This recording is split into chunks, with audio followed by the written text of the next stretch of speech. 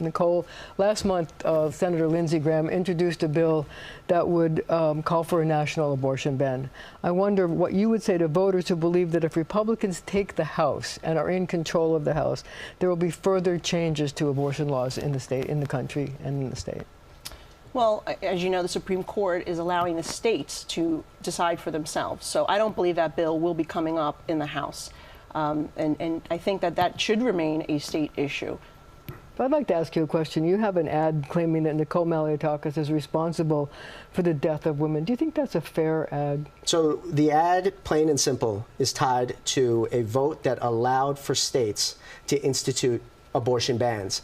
Again, when it comes to this issue of critical protection. But what's the ad fair? Of course the ad is fair. How can you say that she's responsible for the death of women? It is not. The basis of this is that once we allow, and this is not me saying this is proven fact, once we allow for abortion bans with no exceptions, rape, life of the mother, incest, to be put into place, maternal mortality will rise significantly. So is the ad fair? The ad is based on a fallacy. There's not one state does not allow abortion in the case where it's a matter of the life of the mother. Bottom line. And the bill he's referencing is a bill that would have expanded late-term abortion up until birth for any reason, no restriction, and perhaps even taxpayer funded.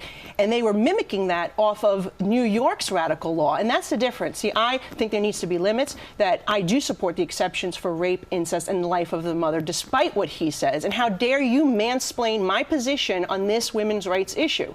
However, what I will say is that he has no restriction whatsoever.